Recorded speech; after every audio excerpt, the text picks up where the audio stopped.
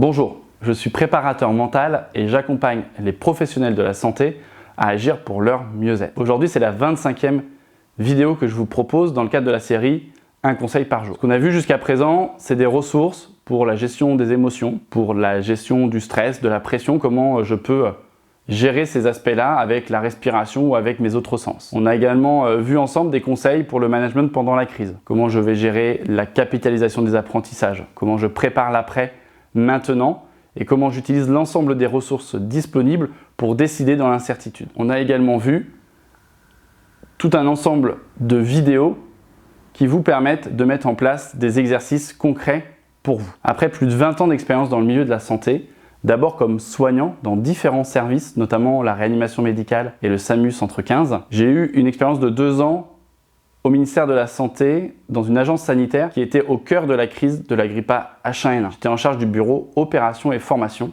à la fois la coordination des équipes en place et la formation des professionnels au départ en mission. Après cela, je suis arrivé au CHU de Rennes en tant que responsable formation où j'avais la gestion du plan management de l'établissement et l'accompagnement des professionnels de santé, qu'ils soient administratifs, directeurs, médecins ou personnel soignant. Aujourd'hui, j'accompagne depuis 4 années des professionnels de santé au travers des actions de formation sur le travail en équipe et la gestion des émotions. Ce que je propose depuis le début de cette crise sanitaire, c'est 4 choses. La première, c'est le groupe Facebook dédié aux professionnels de santé où je vous invite à nous rejoindre pour s'entraider, partager notre vécu pendant cette situation et puis partager nos bonnes ondes. La deuxième chose que je propose, ce sont des coachings individuels à distance pour tous ceux qui sentent le besoin en ce moment de partager leur vécu, de vouloir savoir comment avancer dans l'incertitude et comment rebondir à l'après. La troisième chose que je propose, ce sont des formations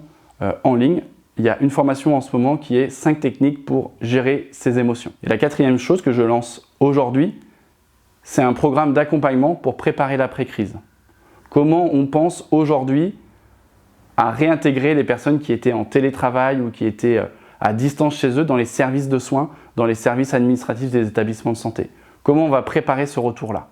Comment on va également reprogrammer des activités comme les groupes de travail, les projets de service, alors que nos soignants, nos professionnels ont une fatigabilité plus importante, ont parfois une perte de sens, une perte de repères, où il y a un lien de confiance qui s'est un peu échaudé pendant cette période-là. Donc le programme, il vise à vous redonner des certitudes, à vous accompagner à mettre en place l'après-crise dès aujourd'hui. Vous retrouverez ces 4 offres, le groupe Facebook, les coachings en individuel, le programme de formation et l'accompagnement pour gérer l'après-crise maintenant.